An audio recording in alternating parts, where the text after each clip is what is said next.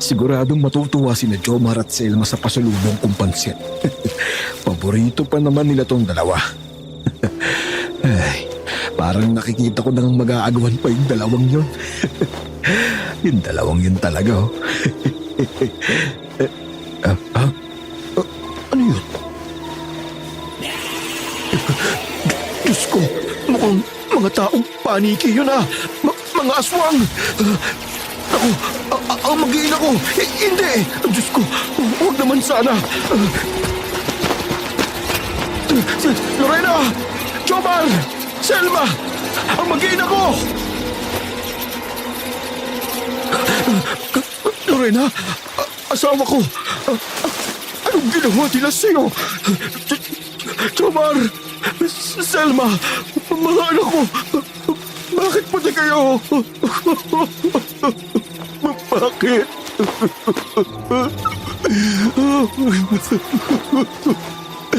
Walang niya kayo. Pagbabayaran ninyo ang ginawa niyo sa pamilya ko. Babalikan ko kayo, mga ligtik kayo. Uubusin ko kayong lahat. At wala ang ititira. Tulad ng ginawa ninyo sa akin.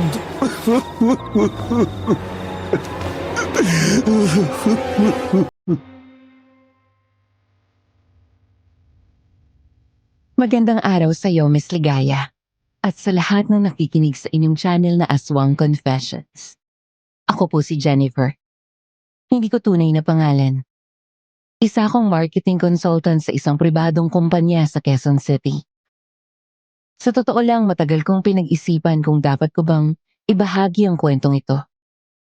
Tuwing naaalala ko ang lahat ng pinagdaanan namin ng best friend kong si Rochelle, hindi rin niya tunay na pangalan, ay hindi ko maiwasang mangilabot. Hanggang ngayon parang bangungot pa rin ang lahat ng nangyari. Nangyari ang karanasang ito noong taong 1998. Nangayain ko si Rochelle na umakyat ng bundok sa isang probinsya na mas pipiliin ko na lamang huwag pangalanan. Aaminin ko sa iyo, Miss Ligaya. Mahilig talaga kaming magkaibigan sa mountain climbing. Akala namin ay magiging masaya. Puno ng adventure at karaniwang akyat bundok lang ang araw na iyon. Ngunit hindi namin inakala na maliligaw kami. At sa aming pagkaligaw, haharap kami sa isang matinding panganib. Isang bagay na hindi man lang pumasok sa isip naming posible palang mangyari. Kung hindi dahil sa isang matandang lalaki na tumulong sa amin, na itatago ko na lang sa pangalang Mang Manolo, baka hindi na kami nakabalik ng buhay.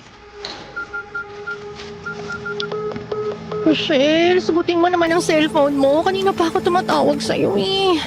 Alam mo ba kung anong oras na? Napakainit ng sikat ng araw at pakiramdam ko. Lalong umiinit ang ulo ko sa paghihintay. Ilang beses ko nang tinitingnan ang relo ko. 6:00 na ng umaga at wala pa rin si Rochelle. Kung ilang minuto na lang, may iwan na kami ng bus papunta sa pupuntahan namin. Hello, Jen! Oh, Bes, pasensya ka na ha. Nalobat kasi ang cellphone ko kaya kinailangan ko muna i-charge. Pagkabukas ko, ang dami mo na pala missed call. Sorry talaga. Nasaan ka na ba? Kanina pa ako dito. Alam mo namang ayokong malate sa pupuntahan natin, di ba? Kaya nga sinadya nating agahan ng call time eh. Malapit na ako, Bes. Nasa kanto na ako ng kalsada. Konting tiis na lang. Nakikita ko na ang terminal. Napakunot ang noo ko. Malapit na. Ilang beses ko na bang narinig yan sa kanya kapag may lakad kami. Ang dami niyang excuse. Sana lang ay hindi na magkaaberya ang lakad namin. Ang tagal namin pinaghandaan ang araw na yon. Atat na akong umakyat ng bundok. Hindi pwedeng masira ang planong ito dahil lang sa pagiging late niya. Matagal ko ng kaibigan si Rochelle. Pero kapag tungkol sa mga ganong lakaran, gusto ko sana pareho kaming seryoso. Hindi lang naman yung simpleng gala. Gusto ko lang makalayo sa lungsod. Huminga ng malalim at maramdaman ang katahimikan ng kalikasan bago pa man bumalik sa magulong realidad. malapit ka na, ibibilisan mo na. Baka maiwan tayo ng bus. Alam mo namang ayokong mapunta lang sa wala tong plano natin. Ilang buwan natin itong pinag-ipunan, tapos masisira lang dahil sa pagka-late mo. Ay nako, Bes. Hindi talaga kita mapapatawad kapag naiwan tayo ng bus. Kahit kailan ang OA mo, ha? Oo na. Eto na nga, tumatakbo na ako. Huwag ka mag-alala. Hindi ako papayag na maiwan tayo ng bus. Excited din ako sa pupuntahan natin, ano? Napabuntong hininga na lang ako. Excited? Kung excited siya, sana kanina pa siya nandito. Ayoko namang mag-away kami dahil lang sa sobrang pagka-OA ko na makaalis at makapaglamyarda. Ang importante sa mga oras na yon, makasakay kami sa bus at makapunta sa aming destinasyon. Ilang minuto pa nakita ko na si Rochelle. Hingal na hingal. Bitbit ang malaking backpack niya. Agad akong lumapit at hinila siya. Ay, sa wakas. Akala ko talaga iiwan na tayo ng bus eh. Kung ilang minuto ko pang na-late, sigurado akong maiiwan na tayo. Alam mo bang halos magpanik na ako rito? Oo, sorry na, Bes. Nagka-traffic lang sa daan. Hindi ko naman sinasadya. Tsaka, nag-charge pa ako ng phone ko. Pero heto na ako, di ba? Tara na. Bago pa tayo magsabunutan at magsampalan dito sa labas ng terminal. Napailing na lang ako. Traffic sa ganong oras. Pero hinayaan ko na lang. Ang mahalaga dumating na rin siya. Nagmadali kang bumili ng ticket at sumakay agad sa bus. Sakto lang at paalis na ito. Ay, grabe Rochelle, muntik na talaga tayo. Pero buti na lang nakahabol tayo. Hindi ako makapaniwala. Mangyayari na talaga to. Ang tagal nating pinangarap to, di ba? Ang akyatin ang isa sa pinakamataas na bundok dito sa Pilipinas. Napangiti si Rochelle. Pero napansin ko na tila may bahid ng pag-alala sa mukha niya, Miss Ligaya. Oo nga, Bes. Excited din ako. Pero medyo kinakabahan ako eh. Napakunot ang noo ko sa sinabi niya. Kinakabahan? Bakit naman? Kinakabahan ka? Bakit ka naman kinakabahan? Ito na yung matagal nating pinagplanuhan at pinag-ipunan. Ang pangarap nating adventure. Ano pa bang dahilan para kabahan ka? Tumingin si Rochelle sa labas ng bintana at parang may malalim siyang iniisip. Kasi kanina pa tayo sa daan. Ilang beses nang muntik mabangga itong bus. Parang may pumipigil sa atin, Jen. Hindi ko maintindihan. Hindi ako nakasagot. Totoo ang sinabi ni Rochelle. 4 na oras pa lang ang lumilipas mula nang magsimula ang biyahe. Pero ilang beses nang muntik mabangga ang bus sa ibang sasakyan. Mabuti na lang at mahusay magmaneho ang driver at mabilis na nakaiwas sa disgrasya. Ngunit hindi porke may nangyaring ganon, ay kailangan na naming ikabahala. Ano ka ba, Rochelle? Nagkataon lang yun. Ganyan talaga sa daan, maraming sasakyan.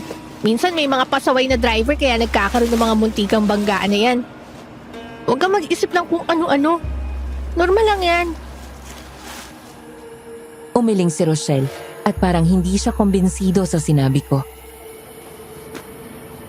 Hindi ko alam, Bes. Iba talaga yung pakiramdam ko eh. Parang may babala. Ilang beses na halos bumangga tayo eh. Tapos biglang nakakaiwas. Hindi ba nakapagtataka yun? Parang may pumipigil sa atin na tumuloy sa pupuntahan natin.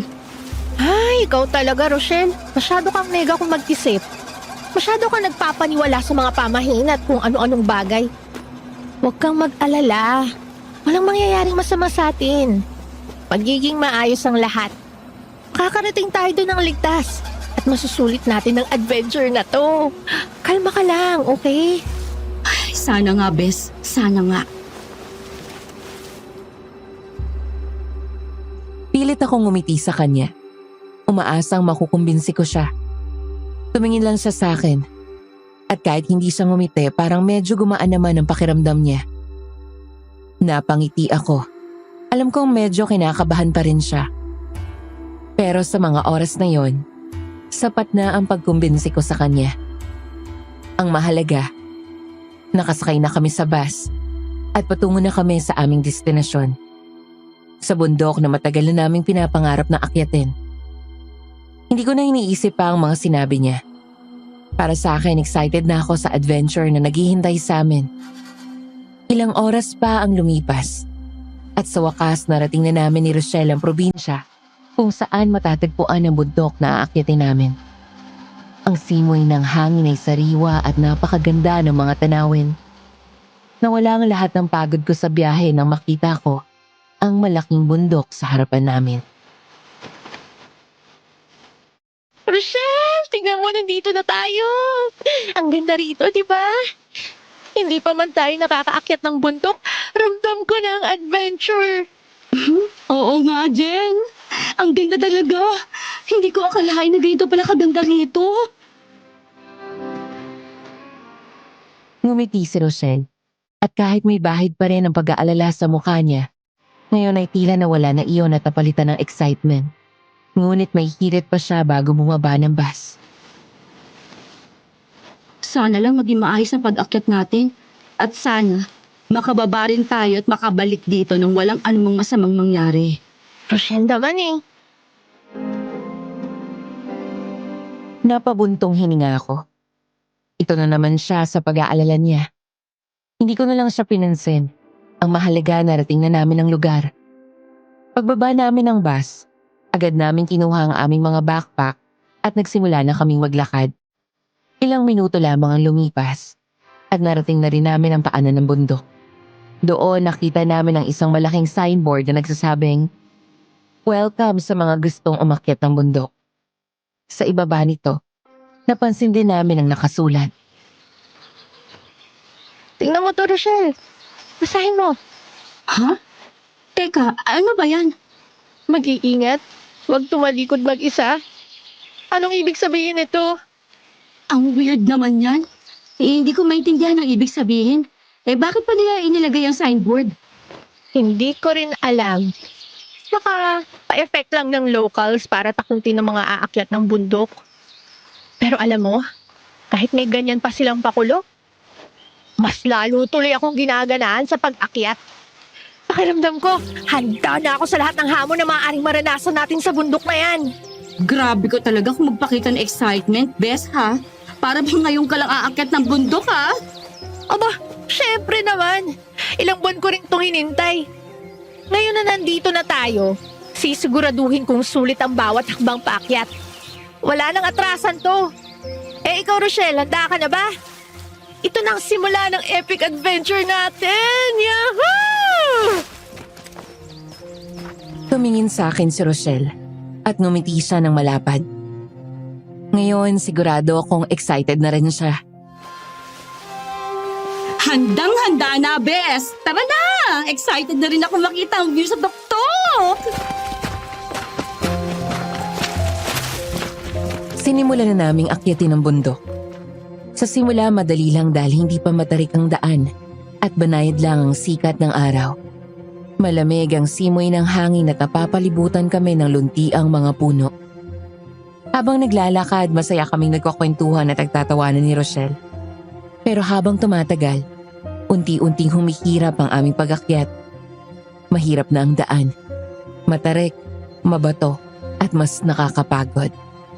Ilang oras na ang lumipas nang mapansin kong paubos na ang dala kong tubig. Pagtingin ko sa water jug, halos wala na itong laman.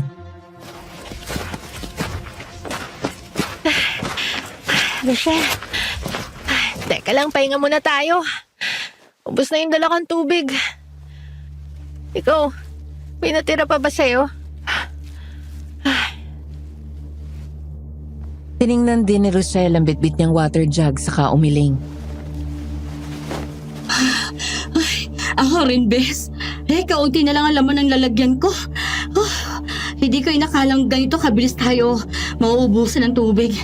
Akala ko sapat na yung baon natin pero parang hindi natin na-anticipate kung gaano kahirap ang trail na to. Kung wala tayong mapagkukunan ng tubig sa daan, saan tayo kukuha ng tubig? Nag-aalala ako. Malayo pa kami sa tuktok at hindi namin pwedeng ipagpatuloy ang pag-akyat ng walang tubig. Nagpalinga-linga ako sa paligid. Umaasang may makikita kaming bukalo kahit anong pinagmumulan ng tubig. At doon ko nakita ang isang maliit na kubo. Medyo luma na. Nakatago iyon sa likod ng malalaking puno. Rochelle, tingnan mo. May kubo ron. Baka may nakatira. Pwede tayong humingi ng tubig. Napatingin si Rochelle sa direksyon na itinuro ko. Medyo nag-aalangan pa siya. Kubo? Sino naman kaya nakatira sa kubo na yan sa gitna ng bundok? Baka delikado riyan. Ano ka ba, Rochelle? Mas delikado kung mauubusan tayo ng tubig. Tara na, subukan lang natin. Wala namang masama kung magtatanong lang tayo. Kahit nag-aalangan, sumama sa akin si Rochelle. Naglakad kami papunta sa kubo. Nang makalapit kami, kumatok ako sa pinto. Walang sumasagot. Kaya kumatok ako ulit. Ngayon ay medyo malakas na. Maya-maya, bumukas ang pinto. Isang matandang lalaki ang lumabas. Sobrang payat niya. Lubog ang mga mata. Maitim ang balat at mahaba ang buhok na nakalugay. May mga tattoo din siya sa mga braso. Nakakatakot ang itsura niya. Pero desperado na kaming makahingi ng tubig. Magandang araw po, Tatang. Pasensya na po sa abala. Naubusan po kasi kami ng tubig eh. Pwede po ba kaming makahingi ng maiinom?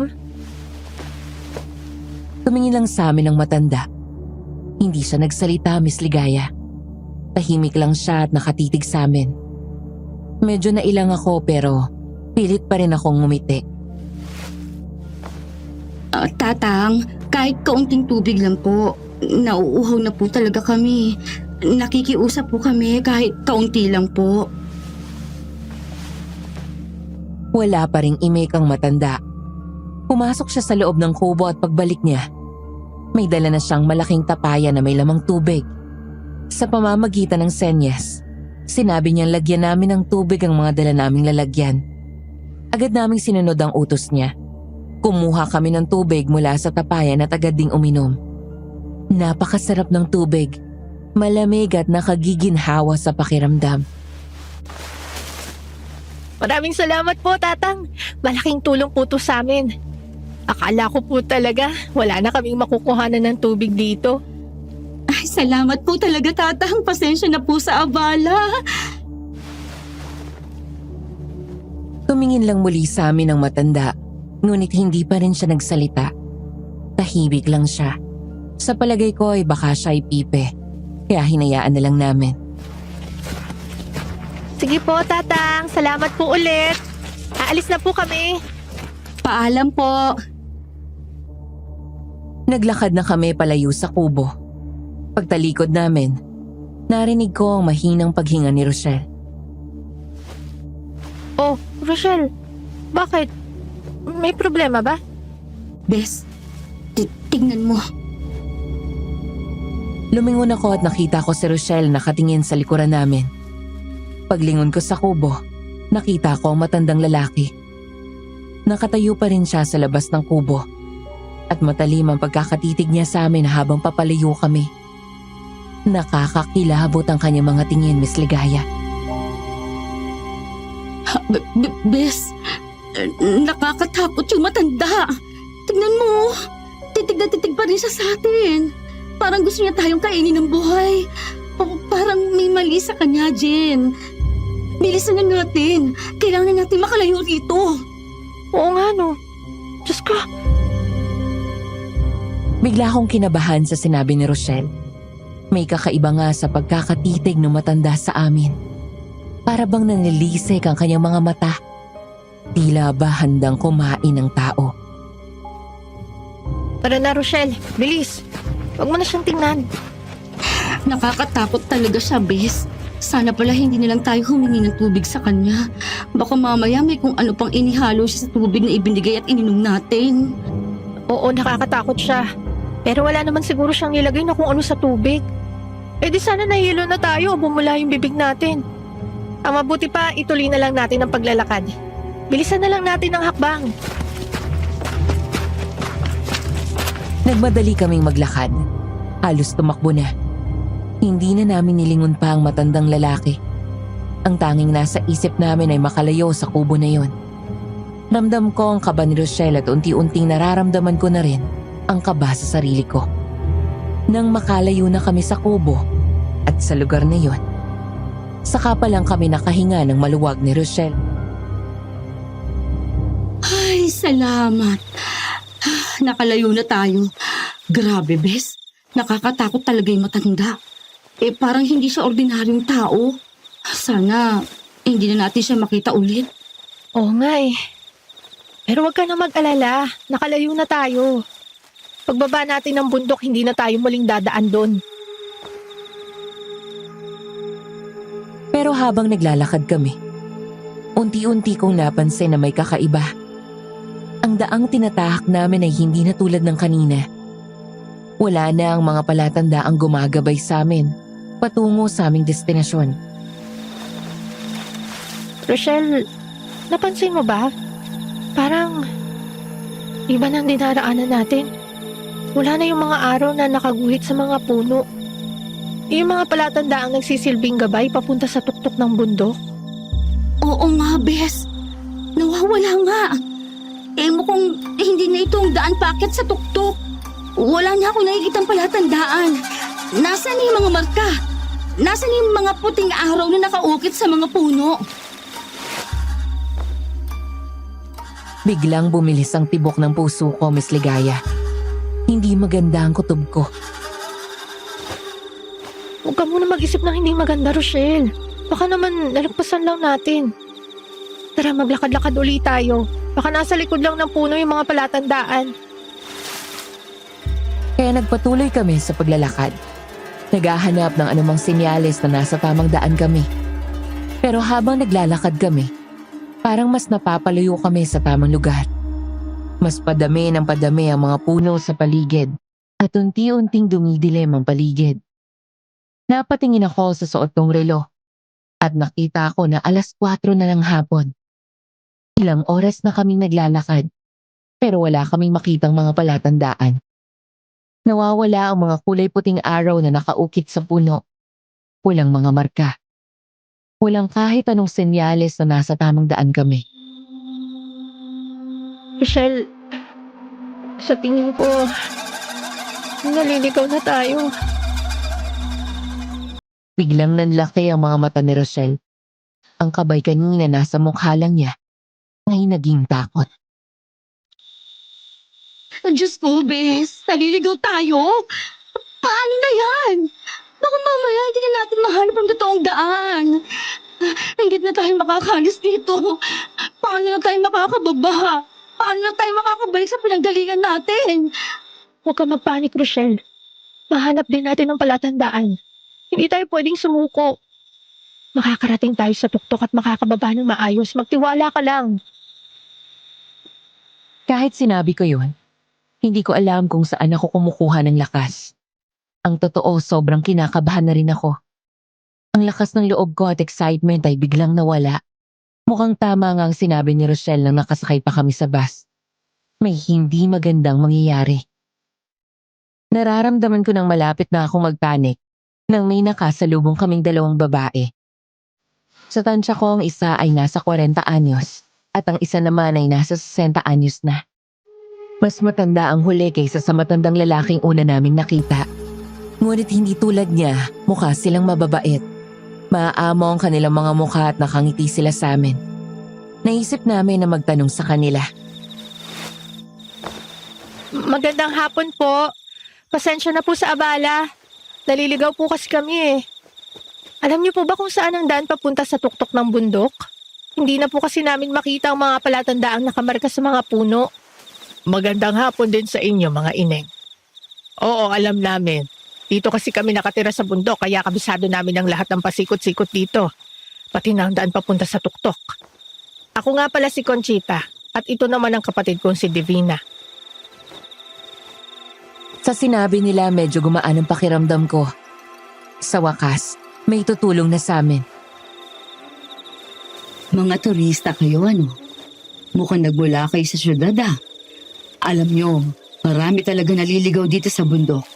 Lalo na yung mga unang beses pa lang na nakarating dito. May mga kabataan, meron din matatanda. Sa itsura nyo, mukhang naligaw nga kayong dalawa. Halatang pagod na pagod kayo at sobrang nag-aalala ang mga mukha ninyo. Alam namin ang daan papunta sa tuktok, kaso malapit ng dumilim. Mapanganib dito sa bundok kapag gabi na. Mapanganib? Bakit naman po mapanganib dito? Biglang naging seryoso ang mukha ni Ate Divina.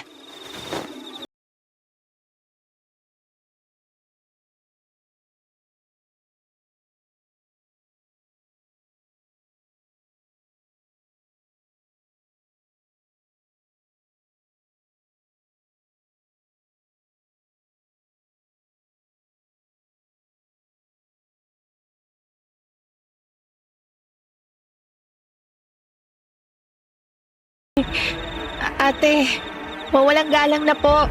Pero, naniniwala po ba kayo sa aswang? 1998 na po, wala pong aswang. Di naman po totoo yung mga ganun. Naku, Iha. Yan ang hirap sa inyong mga taga-syudad. Masyado kayong kampante. Hindi lahat ng hindi ninyo nakikita ay hindi totoo. Dito sa bundok, iba ang takbo ng mga bagay.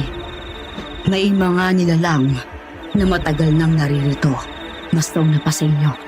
At kapag ginabi kayo rito, hindi lang dilim ang kalaban ninyo.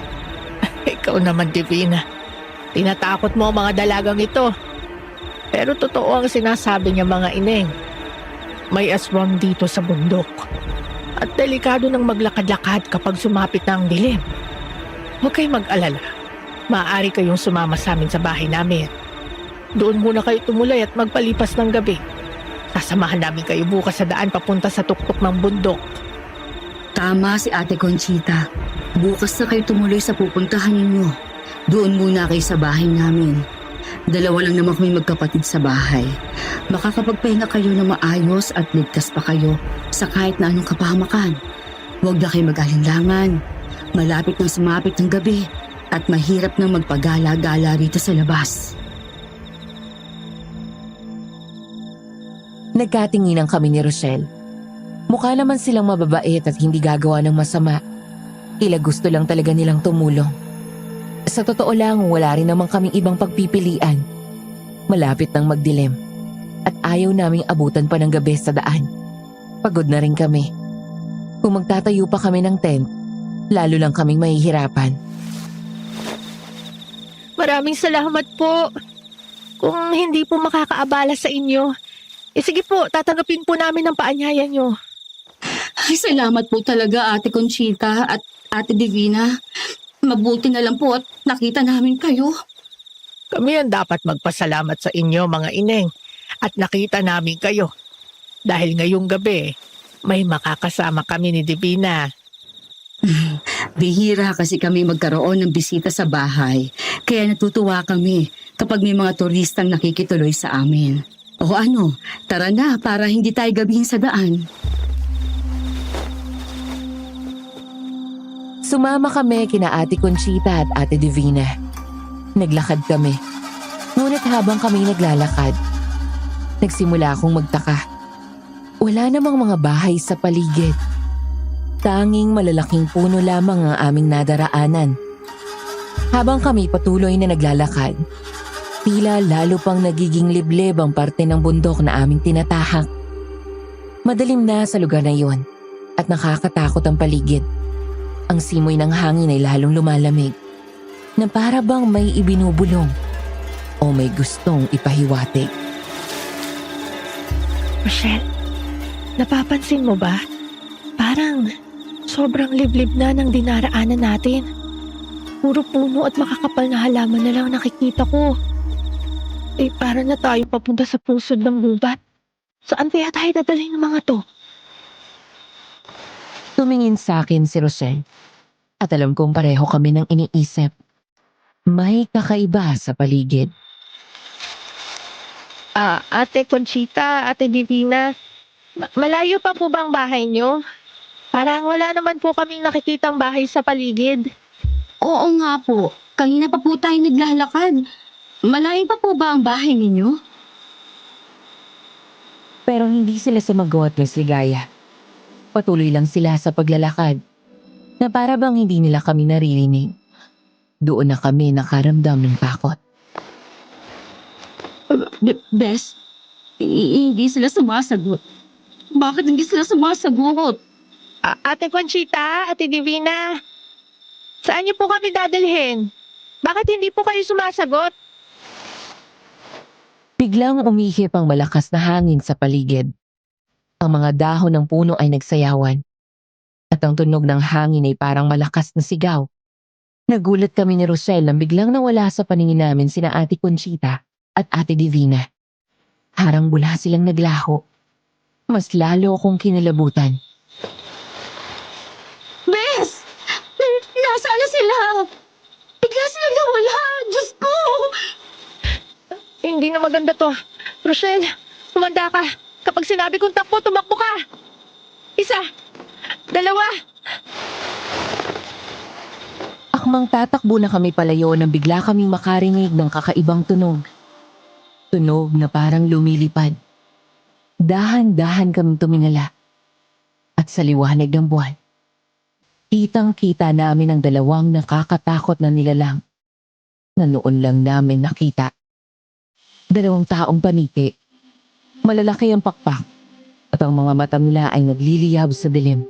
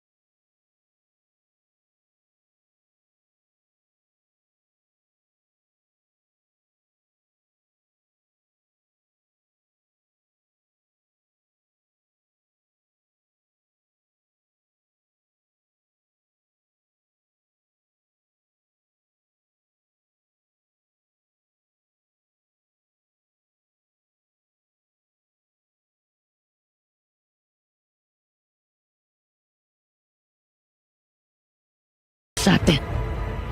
Maaamoy at maaamoy natin sila.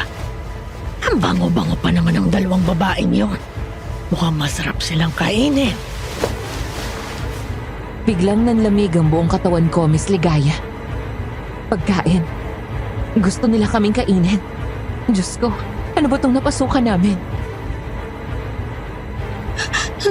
Diyos ko, nakakatakot sila, Bes. Hindi na talaga tayo dapat nagtiwala sa kanila eh. Hindi naman natin alam na mga kampon pala ng kadiliman ng dalawang yun eh. Ang gagawin natin ngayon, hindi nila tayo pwedeng mahuli. Gagawin nila tayong pagkain. Ayoko pa mamatay, Bes. Kailangan natin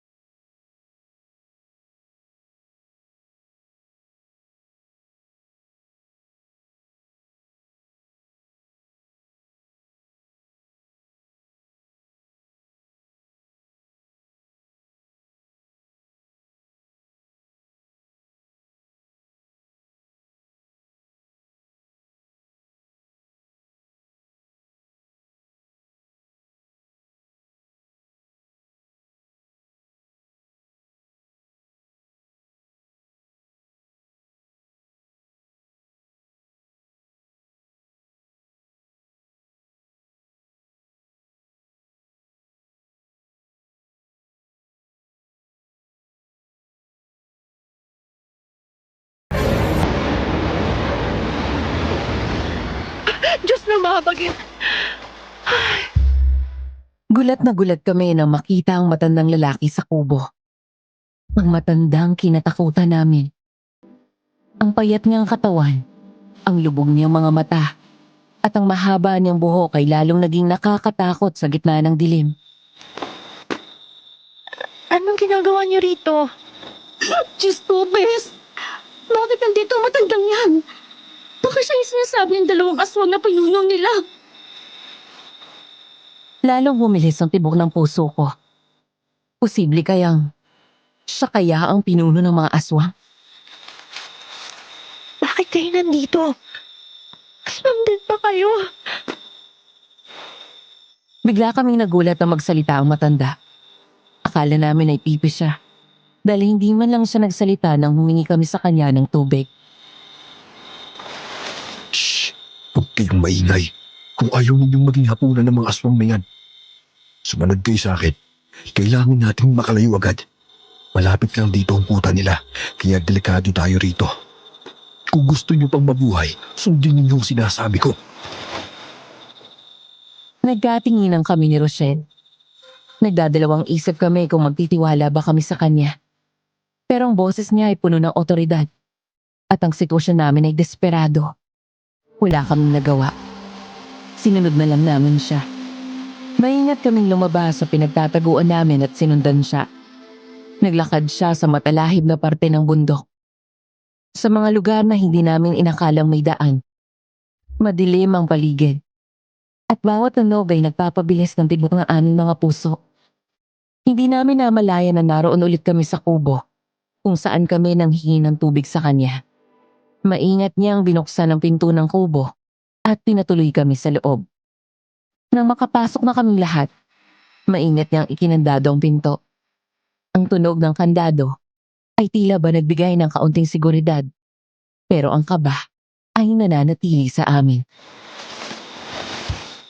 Bakit niyo kami dinala rito? Anong balak niyo sa amin? Napansin ko ang takot sa mukha ni Rochelle. Halos maiyak na siya sa sobrang kaba. Parang awa niyo na po. Huwag niyo po kami saktan. Huwag niyo po kami patayin at kainin. Ayaw pa po namin mamatay. Maawa na po kayo sa amin, Tatang. Wala po kaming ginawang masama sa inyo. Nakikiusap po kami. Tumingin sa amin ang matanda. Nagulat kami nang bigla siyang ngumiti.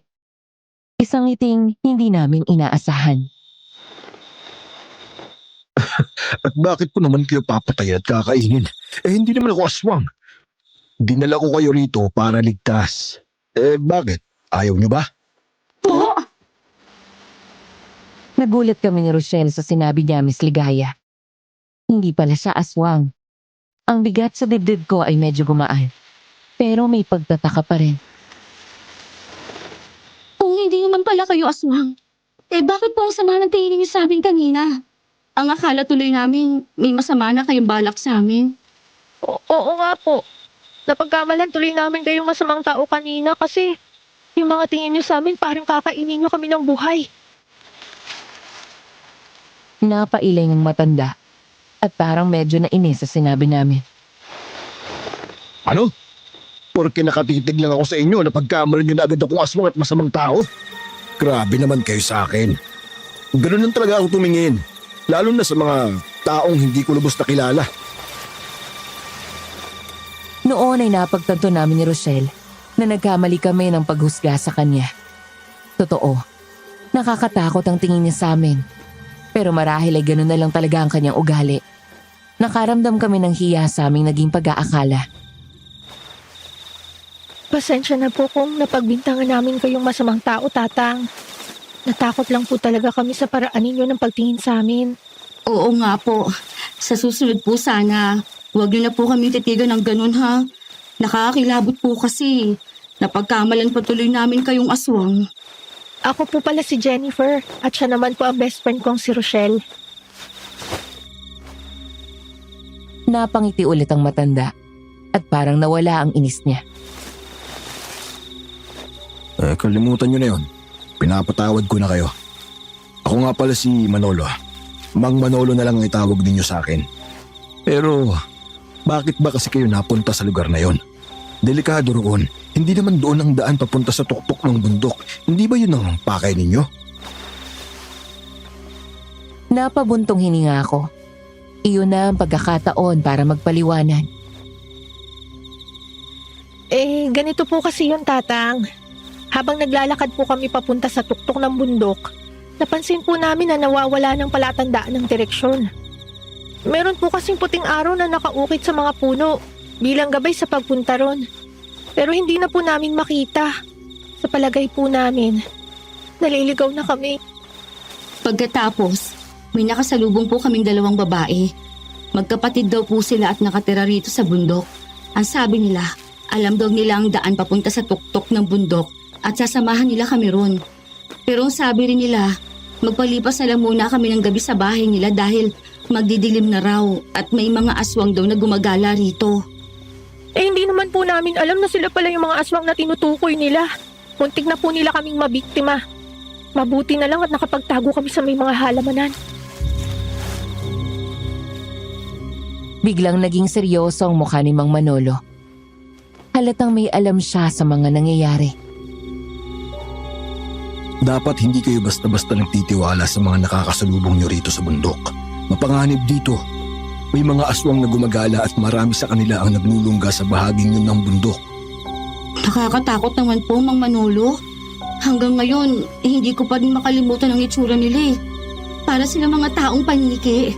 Malalaki ang pakpak, matatala sa mga kuko, at nagliliyab yung mga mata sa dilim. Pakiramdam ko kahit sa panaginip ko, susundan pa rin nila ako. Dati hindi talaga ako naniniwala sa mga aswang eh. Pero ngayon, napatunayan kong totoo nga sila. At narito sila sa bundok na to. Sana pala hindi na lang kami napunta rito. Kung alam lang namin na may mga nilalang palang ganito rito, hindi na sana kami sumubok pa.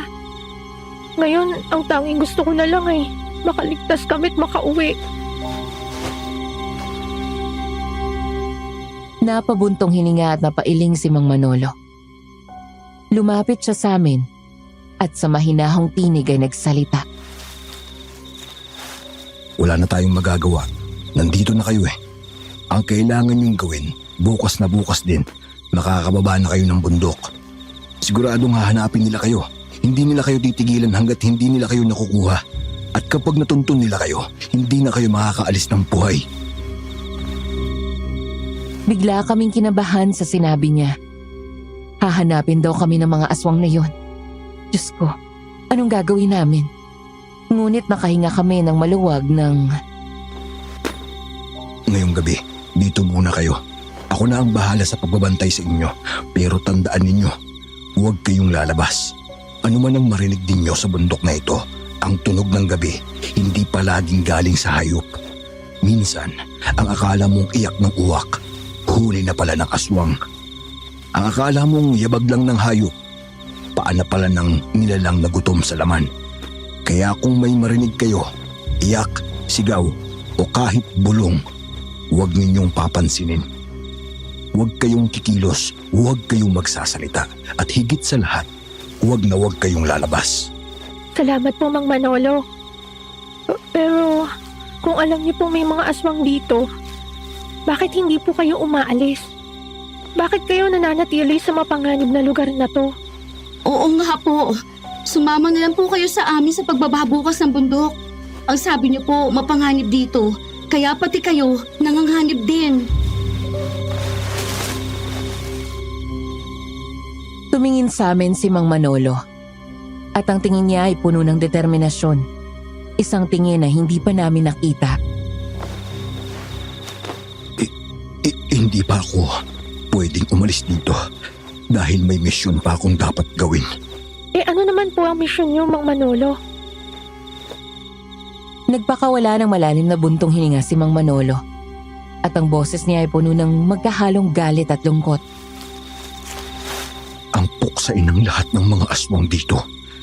Hindi ako aalis sa lugar na ito hanggat hindi ko sila nauubos lahat. Nagkatinginan kami ni Rochelle. Gulat na gulat kami sa sinabi ni Mang Manolo. Miss Ligaya ang matandang yon na akala namin ay pipi at nakakatakot ay may ganong misyon. Ang puksain ang lahat ng aswang. Hindi namin maintindihan kung bakit gano'n na lang ang galit niya. Bakit po, Mang Manolo? Bakit po ganun na lang ang pagkamuhi niyo sa mga aswang? Sa tono po ng pananalita ninyo, parang ang lalim ng sugat na iniwan sa inyo ng mga nilalang na yon. Nagpakawala ng malalim na buntong hininga si Mang Manolo. Baka sa kanyang mukha ang matinding lungkot at ang mga mata niya'y tila nakatanaw sa malayo. Tila may malalim siyang pinagdadaanan. Dahil ang mga aswang ang sumira sa buhay ko. Sila ang kumuha ng lahat ng mahalaga sa akin. Ano po nangyari, Mang Manolo? Umupo si Mang Manolo sa isang sulok. Nagsimula siyang magkwento at bawat salita niya'y tila tumatagos sa aming puso. Dati, isa akong albularyo sa bayan. Kilala ako sa pagtulong sa mga may sakit at sa paggamot ng iba't ibang karamdaman. Ngunit pinili ko na lamang na manirahan dito sa bundok kasama ang aking asawa at 2 anak. Malayo sa gulo at ingay ng kapatagan. Iniwan ko ang panggagamot at nagbenta na lang ako ng kahoy at uling sa bayan. Ako ang siyang bumababa sa kapatagan habang naiiwan dito sa bundok ang aking mag-iina. Ang asawa kong si Lorena, isang napakabait na may bahay. At ang mga anak kong sina Jomar at Selma, matatalino at mabubuting bata. Masaya kami noon. Kahit simple lang ang aming pamumuhay na puno ng pagmamahalan. Maya-maya biglang nagbago ang tono ng kanyang boses. Naging matigas at puno ng galit. Pero isang gabi, hindi ko malilimutan ang gabi na yon. Galing ako nun sa bayan at katatapos ko lang magbenta. Madilim ang paligid. Habang naglalakad ako pa uwi, may nakita akong mga nakakatakot na nilalang na lumilipad palayo mula sa aming bahay. Para silang mga taong paniki. Sa unang tingin pa lang alam ko na mga aswang sila. Napatakip ako sa bibig sa matinding gulat. Si Rochelle naman ay napakapit sa braso ko. Sa isipan naming dalawa, malinaw na ang nangyari. Dali-dali akong pumasok sa bahay at pagpasok ko, parang gumuho ang mundo ko. Nakita ko ang bangkay ng asawa ko at mga anak ko. Pare-parehong mga wakwak ang katawan. Nawawala ang laman loob. Pinatay ng mga aswang na yun ang pamilya ko. Naramdaman ko ang paglamig ng aking dugo. Ang sakit na naramdaman niya ay naramdaman din namin. Napaiyak si Rochelle sa labis na lungkot sa sinapit ng buhay ni Mang Manolo. Diyos ko, napakasakit po ng pinagdaanan ninyo. Kung sa akin po nangyari yung ganun, baka hindi ko po kayanin. Baka ikamatay ko pa. Kaya pala ganun na lang yung galit niyo sa mga aswang. Hindi po madali ang nangyari sa inyo. Wala ng pamilya sa ganung paraan. Napakasakit at napakahirap kalimutan. Galit na galit ako. Isnumpa ako sa sarili kong gagantihan ko sila. Pagkatapos kong mailibing ang aking mag-iina, nagsimula akong maghunting ng mga aswang. Gabi-gabi, nag-aabang ako sa dilim, naghahanap, nagmamasid. Ang tanging laman ng isip ko, makakita at makapatay ng aswang na pumatay sa pamilya ko. Wala na akong kinatatakutan. Kahit ikamatay ko, handa akong isugal ang buhay ko basta makaganti lang sa mga halimaw na yon. Araw-araw, pinipilit kong mabuhay. Hindi para sa sarili ko, kundi para sa paghihiganti, para sa mag-iina ko. Grabe, parang pelikula ang buhay ni Mang Manolo, Miss Ligaya. Pero alam naming totoo ang bawat salitang lumalabas sa kanyang bibig. Ramdam namin sa tinig niya ang sakit. At kita sa mga mata niya ang lalim ng sugat na iniwan ng nakaraan.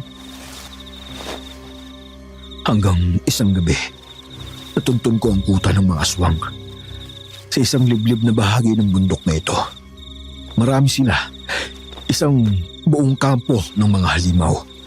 Nang matiyak kong yun nga ang kanilang taguan, agad akong nagplano. Iniwan ko ang dati kong bahay at nagtayo ng munting kubo rito sa kasukalan. Dito ako nanirahan, malapit sa kuta nila. Pero sa ilalim ng anino, palaging nagmamasid. Tahimik akong naghintay ng tamang pagkakataon. Isa-isa ko silang pinag-aralan. Ang galaw nila, ang mga oras ng paglabas nila, pati ang kahinaan nila. Sa bawat gabing dumadaan, mas lumalalim ang galit ko. Pero mas tumatalas din ang paghahanda ko. Tiningnan niya kami at ang mga mata niya ay puno ng determinasyon.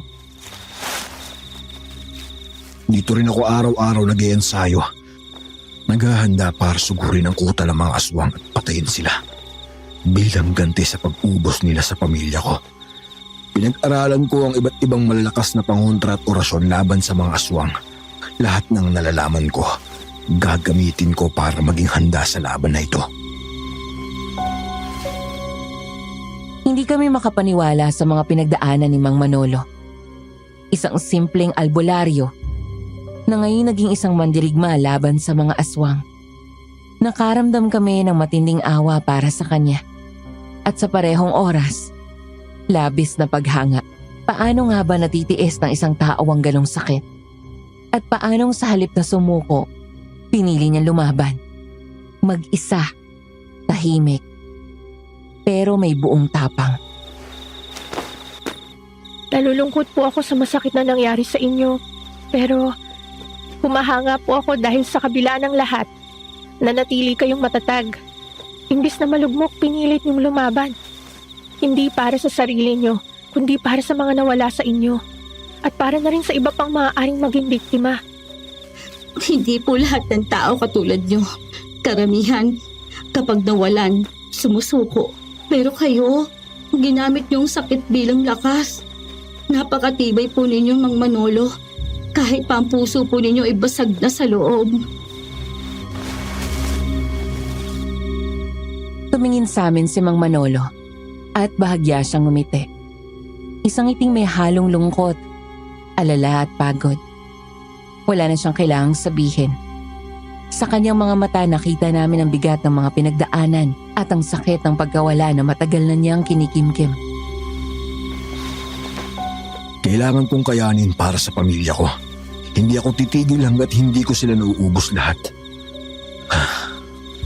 Naikwento ko na yata sa inyong buhay ko. Baka gutom na pala kayo. Magluluto muna ako ng hapunan. Huwag na kayong mahiya. Ituring ninyong tahanan ng munting bahay kong ito.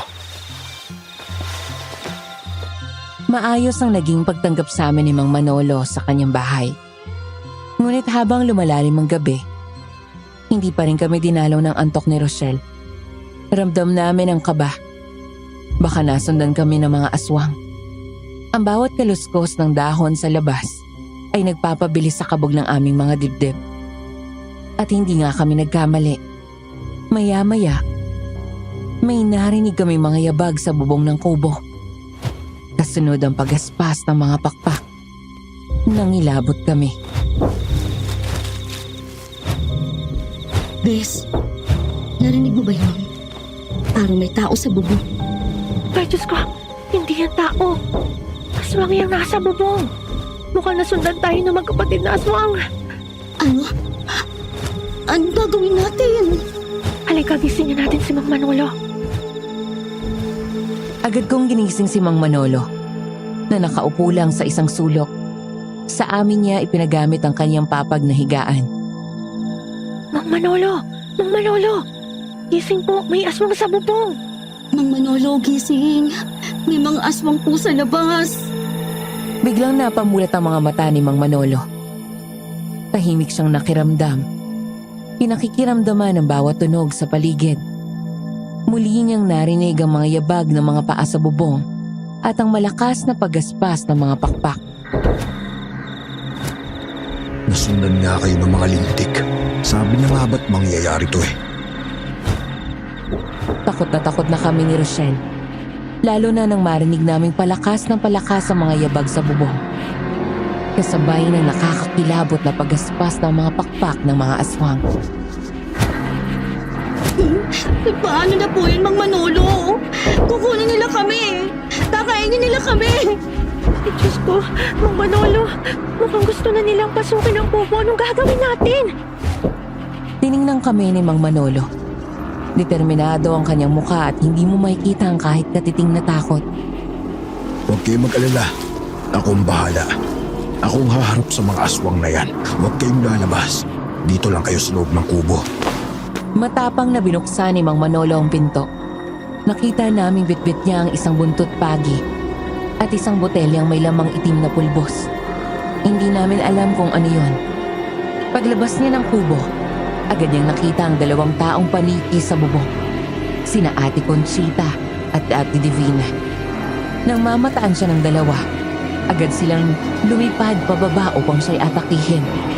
Nagliliyab ang kanilang mga mata sa dilim. Pero bago pa man sila makalapit, mabilis na kumilos si Mang Manolo. Agad niyang hinampas ng buntot pagi ang dalawang halimaw.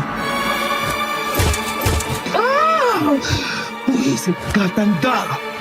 Mabilis kang nakasugod! Naunahan mo pa kami! Kitang-kita namin si Mang Manolo. Matapang na nakatayo sa harap ng dalawang aswang. Baka sa kanyang mukha ang matinding galit. Anong pakay niyo rito? Umalis kayo! Wala kayong mapapala sa lugar na ito! Nandito kami dahil naaamoy namin ang dalawang babaeng dayo. At hindi rin namin nakalain may nakatira pa pala rito. Hoy, tanda! Kung ayaw mo madamay, ibigay mo sa amin ang dalawang babaeng dayo. Amin na sila. Kung hindi mo sila ibibigay, papatayin ka namin at isasama ka sa mga gagawin naming pagkain. At huwag kang magsinungaling, naaamoy namin sila. Napakuyom ang kamao ni Mang Manolo. At ang galit sa kanyang mukha ay lalo pang tumindi. Hindi niyo makukuha ang dalawang dayo. Kailangan muna ninyong dumaan sa bangkay ko. Aba! Matapang ka, ha? Porkit may hawak kang buntot pagi. Sa susunod naming pag-atake, hindi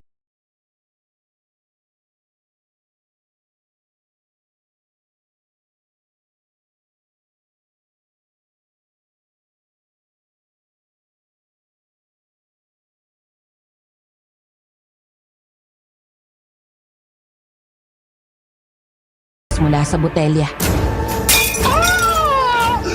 Ano yan? Parang nasusunog ang balat ko.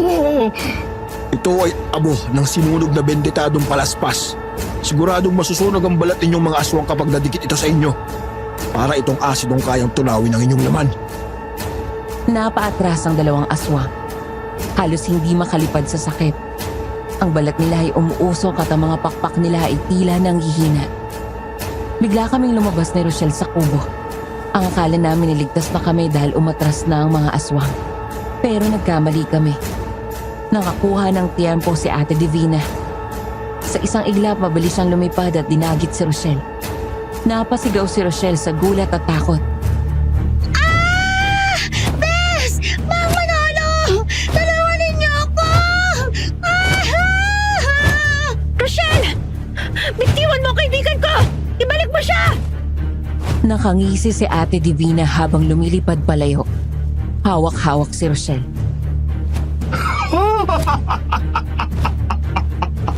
Akala mo siguro, ganun lang kadaling talunin kami, ano, tanda? Naunahan kita, ano? O ngayon, ano na ang gagawin mo? Ate Conchita, ikaw na ang bahala sa isa. Akmang susunggaban na sana ako ni Ate Conchita. Kahit na nangihina, pilit pa rin siyang lumipad. Ngunit muling kumilos si Mang Manolo.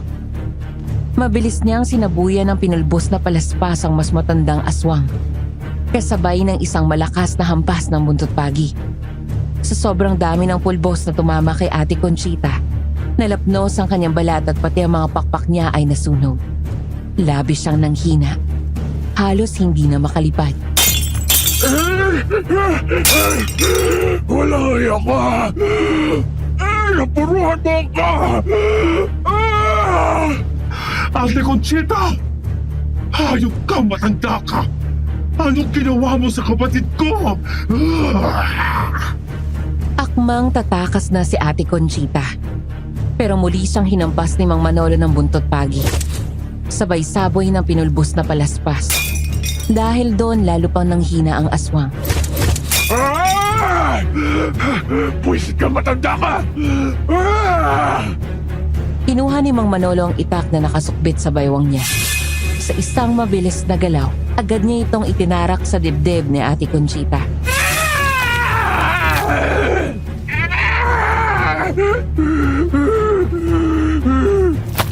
Agad bumagsak sa lupa ang aswang at tuluyang nawala na ng buhay. Walang iya ka! Pinatay mo ang kapatid ko! Pagbabayaran mo ang ginawa mo! Akala ko isusugurin ni Ate Divina si Mang Manolo. Pero hindi. Galit na galit siyang lumipad palayo. Pitpit pa rin si Rochelle na patuloy sa pagsigaw at paghingi ng tulong. Bes! Mang Manolo! Tulungan niyo ako! Tulungan niyo ako! Dadalhin niya ako sa mga aswang! Ayoko! Tulungan niyo ako! Ibalik mo ang kaibigan ko, aswang! Mang Manolo, ano pang gagawin natin? Kinuha ng aswang si Rochelle! Tumingin sa akin si Mang Manolo.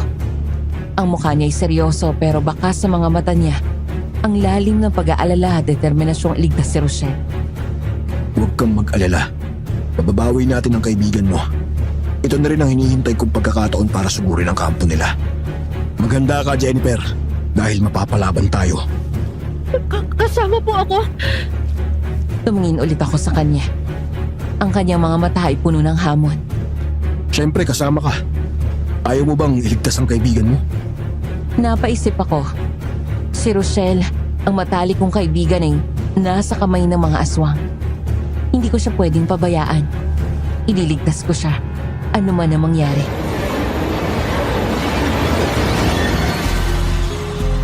Sasama po ako sa inyo, Mang Manolo.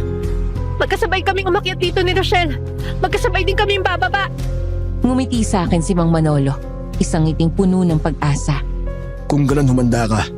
Dahil mapapalaban tayong dalawa. Ililigtas natin ang kaibigan mo at uubusin ko ang mga aswang na yan. Panahon na para pagbayarin ko sila sa pagpatay nila sa pamilya ko.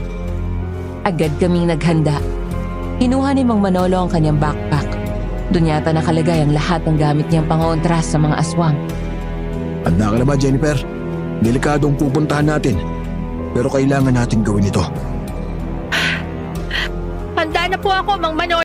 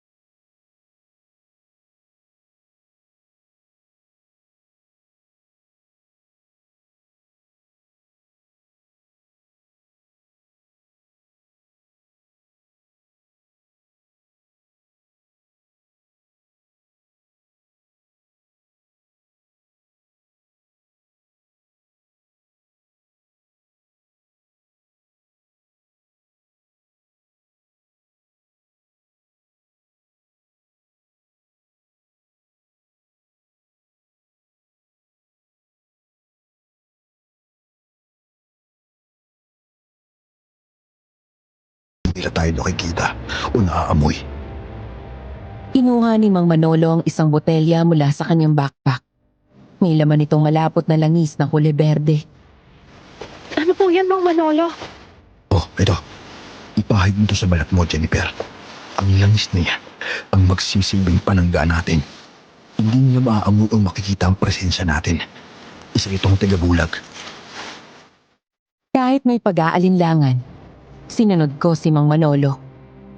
Kinuha ko ang botelya at dahan-dahang ipinahid ang langis sa balat ko. Amoy lupa at halaman ito. Pero may kakaibang pakiramdam. Parang biglang lumamig ang balat ko. Pagkatapos naming ipahid ang langis, palihim kaming sumugod papunta sa kuta. Maingat kaming naglakad. Laging nakatago sa likod ng mga puno at malaking bato. Hindi kami napansin ng mga aswang na nagbabantay. Tila nga'y hindi nila kami naaamoy o nakikita. Pagkapasok namin sa loob ng kuta, lalo pang bumilis ang tibok ng puso ko. Masangsang amoy sa paligid. Tila ba amoy na nabubulok na karne ang lugar na iyon? Biglang nagulat si Mang Manolo nang makita niya ang isang matandang lalaking hindi niya inakalang naroon. Nakaupo ito sa ilalim ng isang malaking puno. Tila iyon ang pinuno ng mga aswang. Wancho, anong ginagawa mo rito? Sino po si Wancho? Kilala niyo po ba siya?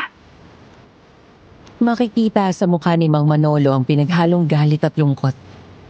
Tila ba may malalim na kasaysayan sa pagitan nila ng matandang lalaki. Dati ko siyang matalik na kaibigan. Ngunit nang mabigo siya sa pag-ibig sa aking asawa, tuluyan niyang tinalikuran ng aming pagkakaibigan.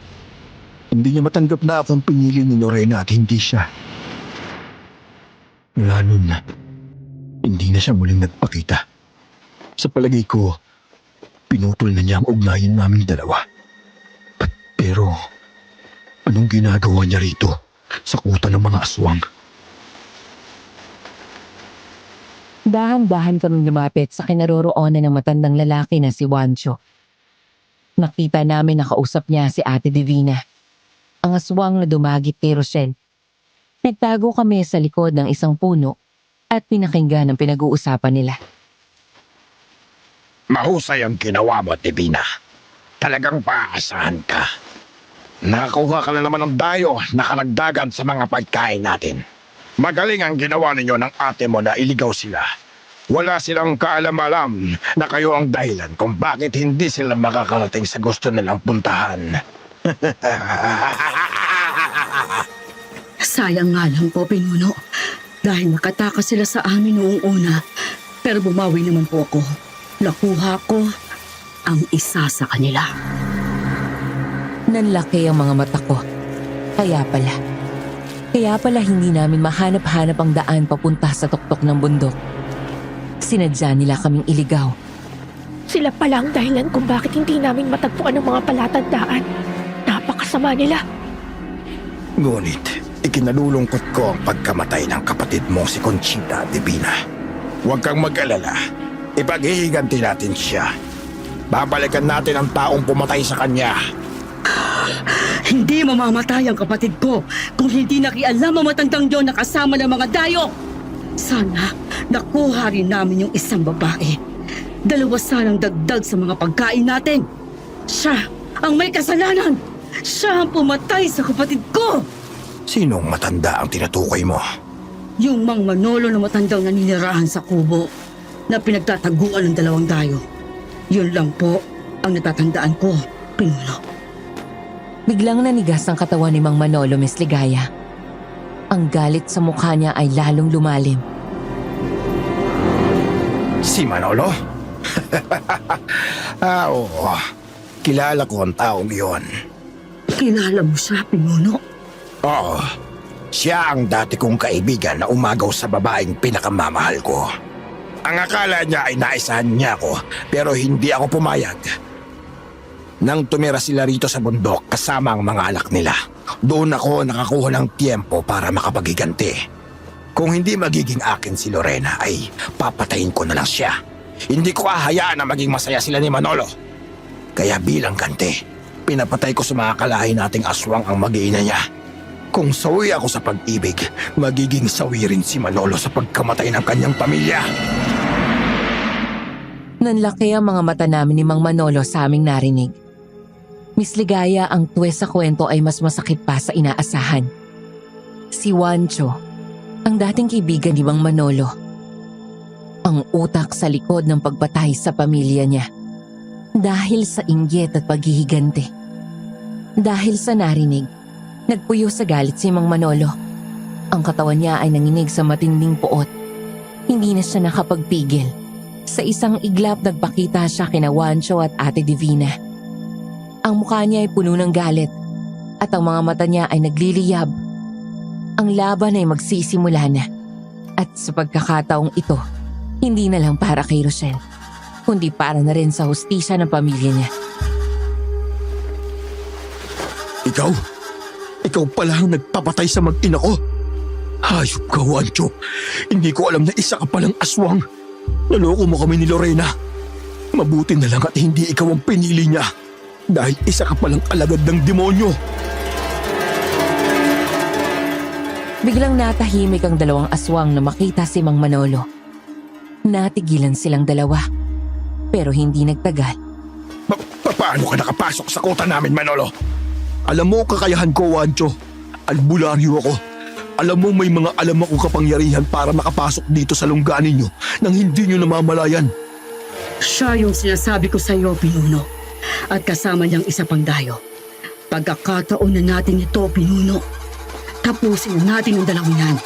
Kailangan kong maipaghiganti si Ate Conchita. Ang akala mo ba, Manolo, ay uubra ang pagiging albularyong pulpul mo rito sa teritoryo ko? Nagkakamali ka. At oo, niloko ko kayong dalawa ni Lorena at nagpaloko naman kayo. Anong gagawin mo ngayon? Gagantihan mo ko sa ginawa ko sa pamilya mo? Wala kang magagawa, Manolo. Hindi ka na makakaalis ng buhay rito kasama ang babaeng dayo na...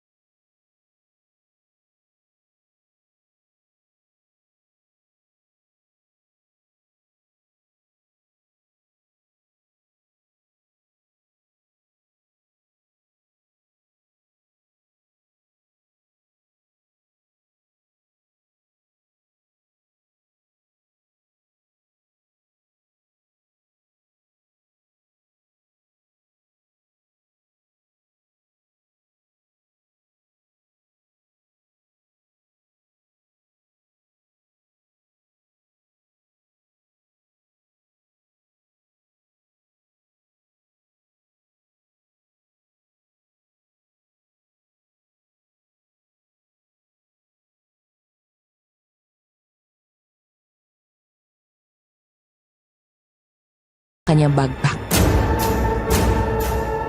Hindi siya sinagot ni Mang Manolo.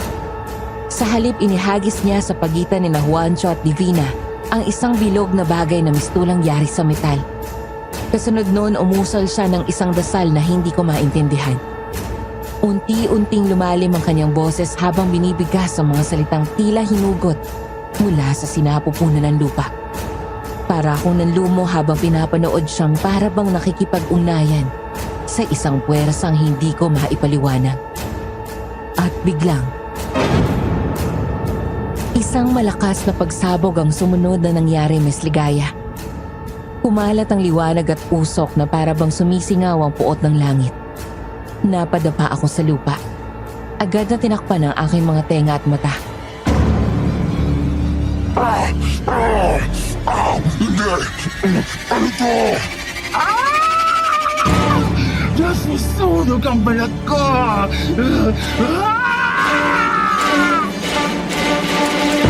Nang tingnan ko ang mga aswang, naghuhumiyaw sila sa matinding sakit. Nagliliyab ang kanilang mga balat. Ang ilan ay nangingisay na sa lupa habang ang iba'y bumubula ang bibig. Nakatitig sa amin ng may halong galit at takot. Anong ginawa niyo, Mang Manolo? Anong uri ng pangontra ang ginamit niyo sa kanila? Isa yung bomba na ako mismo ang gumawa. Ang laman niya ay pinaghalo-halong bentitadong tubig, bawang, asin, kalamansi, pinulbos na palaspas, at dinikdik na dahon ng sinukuan. Sinabayan ko pa ng orasyon na ipinamana pa sa akin ng aking ama na isa ring mahusay na albularyo noon. Yan ang pinakamabisang pamatay sa mga kagaya nila. Hindi pa dyan nagtatapos ang lahat. Tignan mong mabuti ang mangyayari. Muli kong nilingon ang mga aswang at nakita kong lalo pa silang namimilipit sa matinding sakit. Ano nangyari sa akin? Ano nangyari sa katawan ko? Ayun ka, Manolo!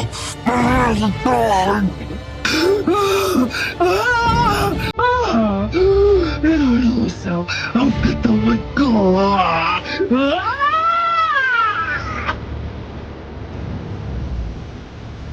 Umalingaw-ngaw sa buong paligid ang nakakabinging hiyawan ng mga aswang. Puno ng dalamhati at paghihirap ang kanilang mga sigaw, habang unti-unti silang nilalamon ng apoy. Kitang-kita ko kung paanong nag-aalimpuyo ang kanilang mga katawan.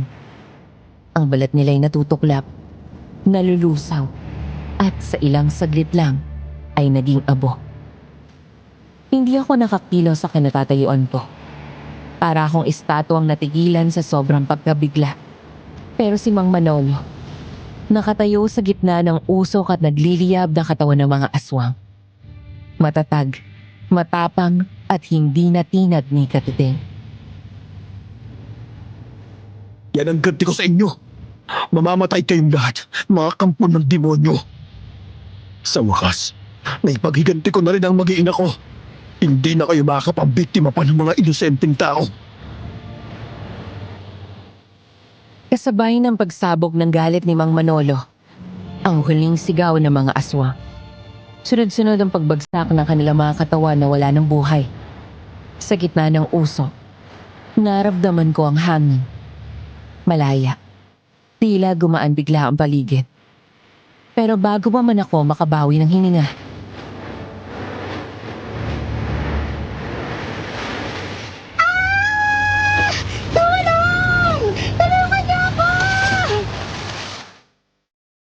nagatinginan kami ni Mang Manolo.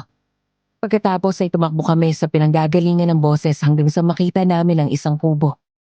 Doon nagmumula ang sigaw ni Rochelle. Dali-dali kaming pumasok sa loob. Nagulat kami sa nakita namin. Si Rochelle. Nakagapos ang kamay at paa. Nanginginig siya habang nakatingin sa amin. At ang mas nakakatakot pa, sa loob ng kubo nagkalat ang mga bangkay ng tao. Iba't iba ang anyo. May mga wala ng ulo. Putol-putol na ang mga bahagi ng katawan. At meron ng naaagnas. Halos hindi na makilala. Buti na lang talaga at matibay ang sikmura ko sa mga ganong eksena. Kung hindi baka nasuka na ako sa nakita ko. Agad kong kinalagang mga tali sa kanyang katawan at niyakap ko siya ng mahigpit. Napahugulgol siya sa sandaling makita kami. Mabuti na tumating kayo. Kakainin na sana nila ako eh. Ayoko na rito. Umuwi na tayo, Bes. Ligtas ka na. Wala nang mga aswang. Pinatay na sila ni Mang Manolo. Paano? Marami sila. Mahabang kwento. Saka ako nasasabihin sa'yo. Kailangan na nating umalis dito. Bilisan mo. Hindi na kami nag-aksaya ng oras. Agad kaming tumakbo palabas ng kubo. Habang kami papalayo, siniguro ni Mang Manolo na wala nang natitirang buhay na aswang. Pagdating namin sa labas ng kubo ni Mang Manolo, tahimik kaming naupo sa isang upuang kahoy. Ramdam ko ang hapdi sa aking mga paa. Ngunit wala na akong lakas para pansinin pa yun. Tumingin ako kay Mang Manolo. Nakaupo siya. Nakatingala sa langit. Waring hinahanap ang katahimikan. Tapos na. Wala nang mga aswang. Ligtas na kayo. Makakauwi na kayo. Naiganti ko na ang mag-iina ko. Tapos na ang misyon ko. Bukas na bukas din ihahatid ko kayo sa ibaba ng bundok. Salamat po sa lahat, Mang Manolo. Sa kabila ng mga nangyari, hindi na rin po namin gugustuhin na marating pa ang tuktok ng bundok na ito. Gusto na lang po namin makauwi. Eh kayo po, Mang Manolo. Ano naman po ang balak nyo ngayon na nakapaghiganti na kayo sa mga aswang na pumatay sa pamilya nyo? mananatili pa rin ako rito sa bundok. Ito na ang tahanan ko. At saka, magbabantay pa rin ako. Baka sakaling may lumitaw pang ibang masasamang aswang. Hindi po namin kayo makakalimutan, Mang Manolo. Muli, salamat po sa pagliligtas sa amin. Mag-iingat po kayo rito. Mag-iingat din kayo palagi. Kinabukasan, maaga kami bumaba ng bundok. Tahimik ang paligid. Parang walang nangyari. Ngunit sa loob ko, hindi ko pa rin makalimutan ang lahat ng nasaksihan ko sa bundok na iyon. Nang malapit na kami sa paanan ng bundok, bigla kong naalala ang signboard na nakita namin bago kami umakyat. Rochelle, naalala mo yung signboard na nakita natin dito? Yung may babala? Oo, naalala ko yun, Bes. Bakit may naitan? Balikan natin. Gusto ko lang makita ulit. Nang puntahan namin ang dating pwesto ng signboard, laking gulat namin. Wala na ito roon. Nasaan na yun? Hindi ba dito mismo nakalagay yung signboard? Oo nga, no? Bigla na lang nawala. Nakapagtataka. Miss Ligaya, pagbalik namin sa syudad, nagpasya kaming huwag ikwento kanino man na nangyari sa amin. Alam naming walang maniniwala. At kung sakali mang may makinig, baka sabihin gawa-gawa lang namin ang lahat. At ito ang karanasang hindi namin makakalimutan. Sa tingin nyo, napatay ka ni Mang Manolo ang lahat ng aswang sa bundok? O baka may natira pa? Kung may mga karanasan kayo na katulad ng sa amin, i-share nyo lang sa comment section para mabasa ko rin. At syempre, huwag kalimutang i-like ang video at mag-subscribe sa channel na ito. Maraming salamat at more power sa inyong lahat.